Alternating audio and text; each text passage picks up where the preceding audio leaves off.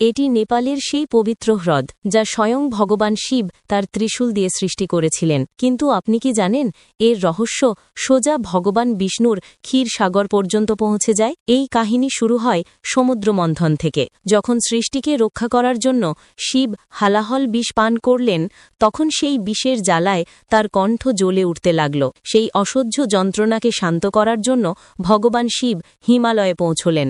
সেখানে তিনি তার ত্রিশূল দিয়ে একটি পাহাড়ের পাথর ভেঙে দিলেন, আর সেখান থেকে বের হওয়া জলধারাগুলি মিলিত হয়ে একটি পবিত্র হ্রদের সৃষ্টি করল, যাকে আজ আমরা নেপালের গোসাইকুণ্ড নামে চিনি। শিব এই শীতল জল পান করেই তার যন্ত্রণা প্রশমিত করেছিলেন। কিন্তু এই হ্রদের রহস্য এখানেই শেষ নয়। এই হিমালয় অঞ্চল থেকে কয়েক কিলোমিটার নিচে কাঠমান্ডু উপত্যকার পাদদেশে আরও একটি চমকপ্রদ স্থান রয়েছে, বুড়হা নীলকণ্ঠ মন্দির।